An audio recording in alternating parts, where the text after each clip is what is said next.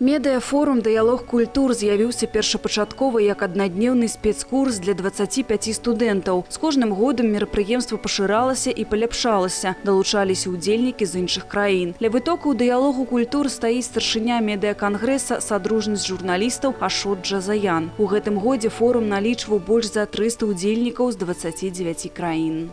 Здесь собрались люди, которые несут в себе этот генетический код Евразии, своих отцов, своих прадедов. Начиная еще той, 17-18 века, потому что эти страны живут уже сколько веков друг с другом. У них общее пережитое, у них общий генетический код и общие практически очень многие культурные ценности. Вот, собственно говоря, в этом суть нашей истории.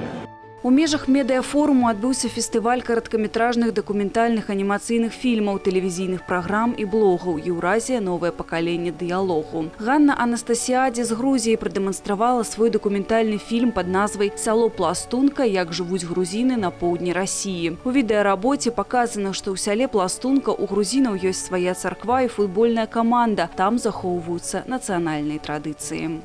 Ситуация была такая, мы приехали в качестве состава делегации на Всемирный фестиваль молодежи, который проходил в конце февраля в Сочи.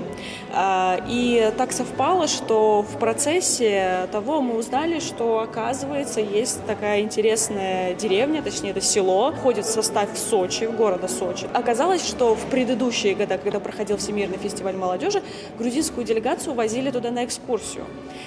И мы также решили поехать. У другой частцы медыафоруму удзельнікі адправіліся на некалькі дзён у розныя гарады Расіі. Наша здымачная група пабывала ў Туле, дзе пазнаёмілася з культурнай спадчынай рэгіёна.